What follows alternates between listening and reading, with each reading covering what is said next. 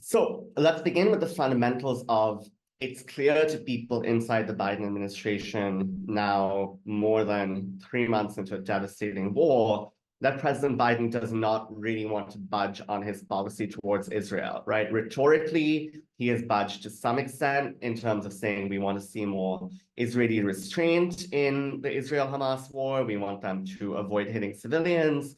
But that's all rhetoric. In terms of actual policy and in terms of actual weapons going to Israel, that's continued. It hasn't budged. So that's why, for people, the big conversation while managing the day-to-day is important. A big conversation now is what happens once the fighting does eventually stop in Gaza. So Brett McGurk, who is Biden's top Middle East advisor, floated this plan I revealed, has been kind of pushing it quietly, what's called socializing among key stakeholders within government. And Brett McGurk's plan is very interesting in that it almost behaves as though October 7th, the Hamas atrocities of the attack, and then the Israeli offensive since then that's killed more than 24,000 Gazans, it almost behaves as though that never happened. Because before October 7th, Brett McGurk was seeking a deal between Saudi Arabia, Israel, and the United States. His idea was, we will get Israel a relationship with the most important country in the Muslim majority world, Saudi Arabia.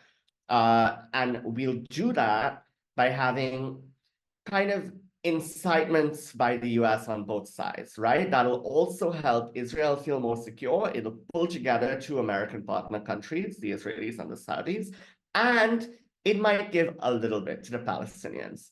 Now, that was controversial prior to October 7th because people said you're fueling Palestinian resentment. What I reported, Richard, is that even after October 7th, Brett McGurk is still saying the way to a future that's peaceful and stable is through a US-Israeli-Saudi deal.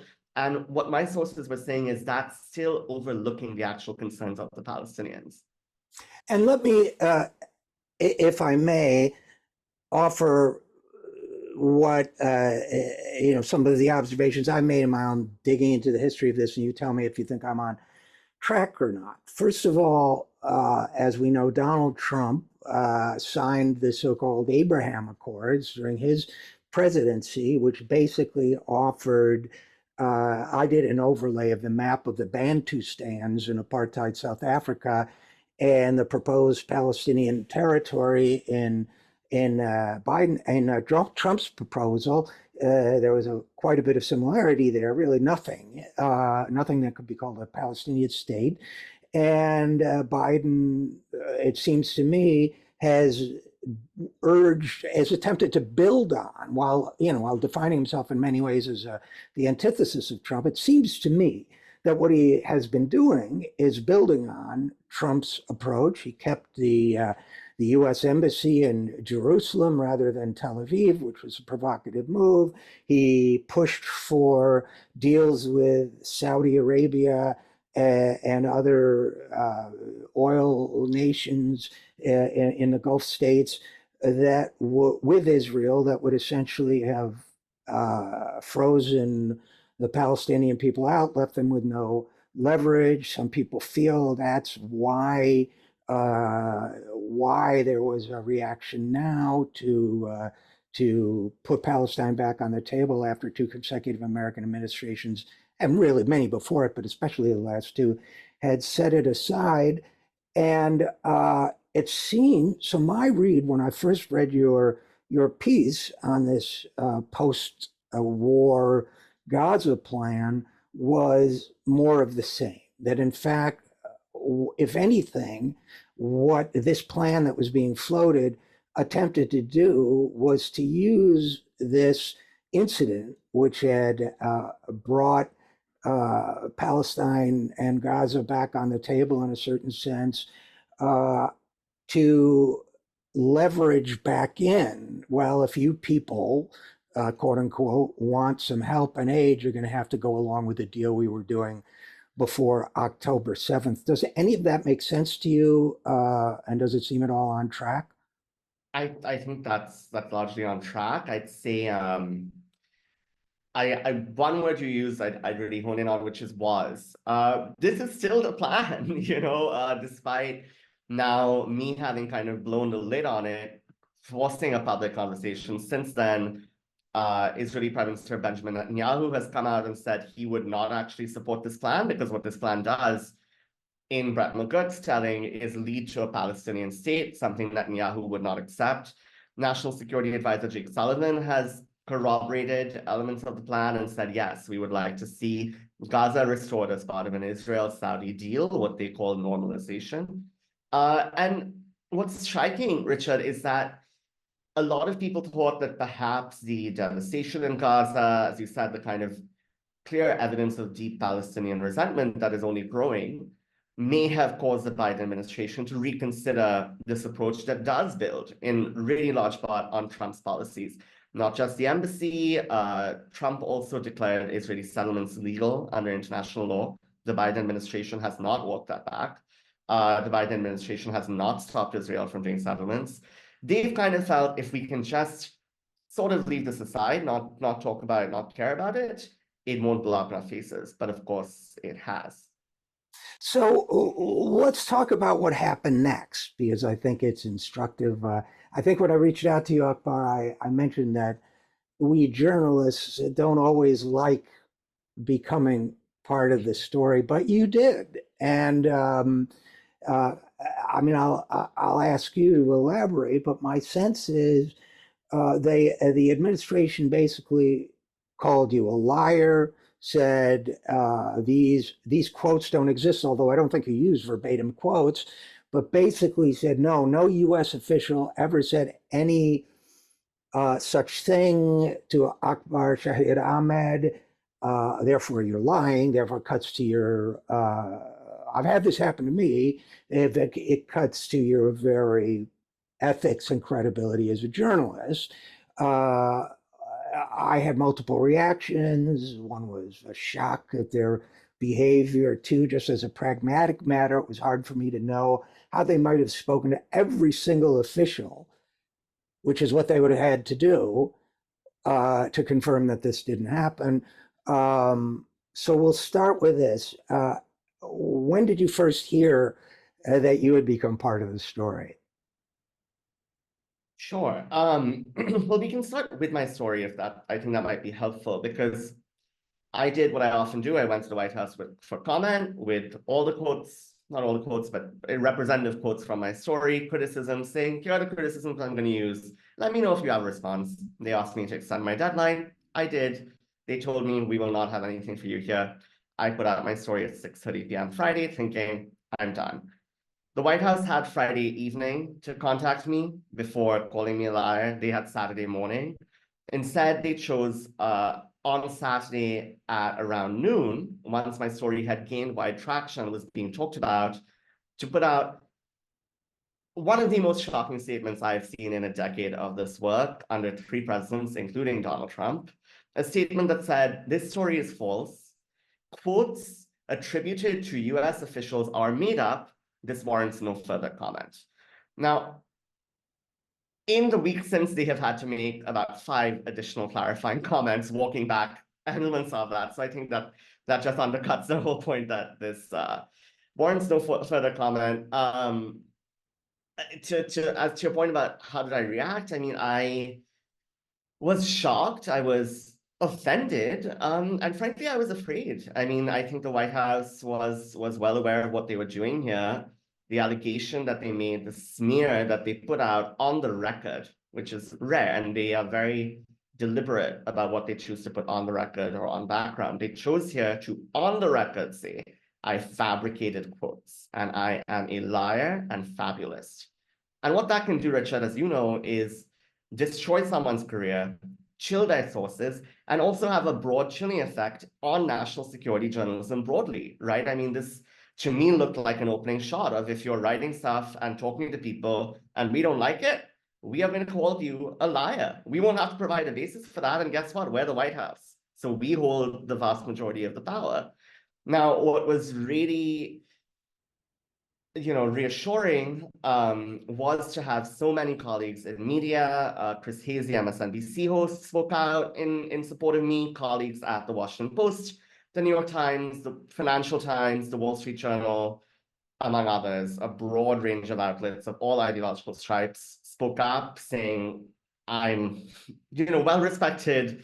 I've been doing this for a long time, and the White House needs to apologize. And now, unfortunately, almost a week later, we're still sitting here waiting for an apology and retraction that hasn't come. Do we know where exactly within the administration this false allegation came from? Who presented it to the public? Yeah, the person who made this claim is Adrienne Watson. She is the spokeswoman for the National Security Council. She works under John Kirby, who people may be familiar with. He often does White House press briefings. He's the chief NSC spokesperson. And so when my management, which has been extremely supportive at HuffPost, when my management said we need to seek a formal retraction and an apology from the White House, it was John Kirby we went to. Right? And this is a team that's meant to be under National Security Advisor Jake Sullivan. We went to Admiral Kirby. We sought retraction and apology. Interestingly, we got a response. Number of things interesting about the response. The first being, while my bosses spoke up in their own name for my credibility, the response we got was not from Kirby, it was from Adrienne herself, saying, no, my statement has been misread. Second, their second comment totally tried to shift the narrative and presented an additional lie. In addition to their first lie that I made up quotes, they presented a second lie saying that I said I spoke to a senior US official and claimed my quotes came from a document. A simple read of my story showed that I do not say I spoke to a senior US official. To me, that sounds like they're trying to say I said I spoke to Brett McGurk, which I did not say. And I don't quote from a document. Since then, also, this question has been raised in the White House press briefing room, and Admiral Kirby has again said my story claimed to quote from a document, which it does not do. That he said in that moment, we did not intend to impugn journalistic ethics or question the credibility of this reporter. But Richard, they are standing by their original statement as of today. And their original statement said, I made up quotes and my story was false. So it's a simple matter. They need to walk back the smear. So they're saying you're a liar and a fraud, but they don't want to impugn you over it. And they made false statements themselves. I mean, I don't have that first piece in front of me, but I clearly remember that it talked about 3 U.S. officials. The word senior was not in there. So that's a falsehood.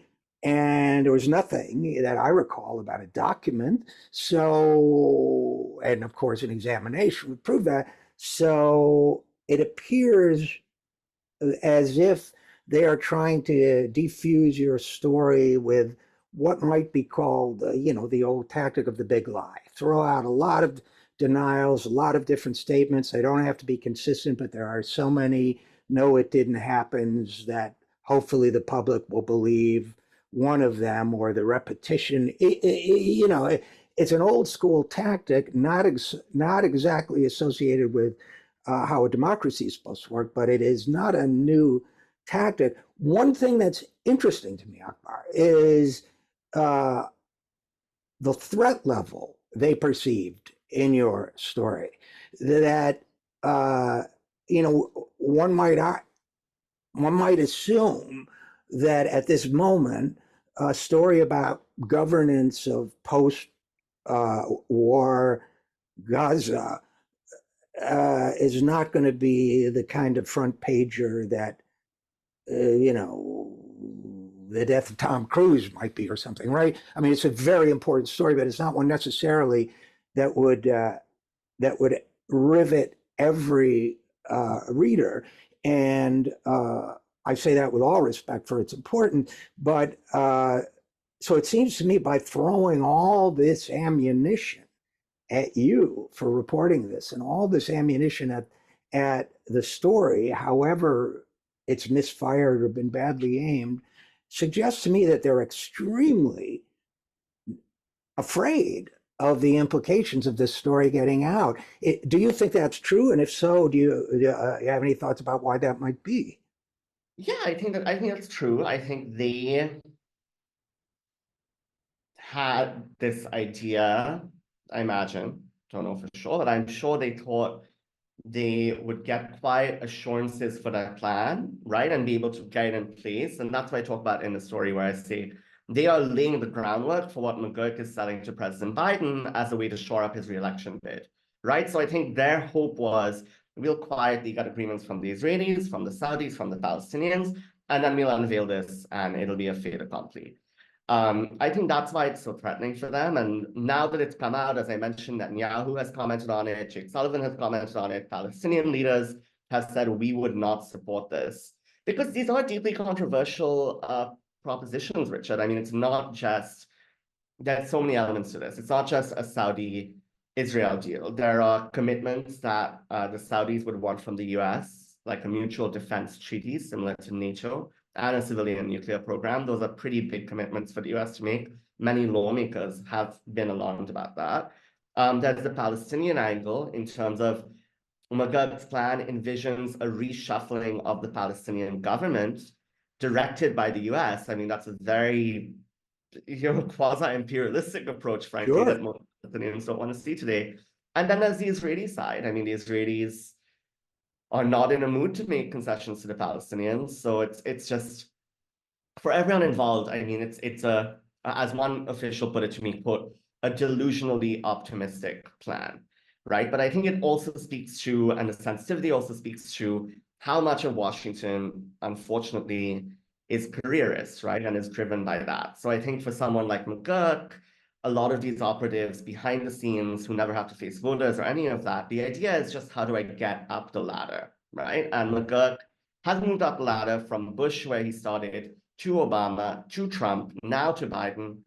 And I think preserving or resurrecting his plan, as one official put it to me, is a face-saving exercise as much as it is a true policy proposal, and maybe more of the former than it is the latter.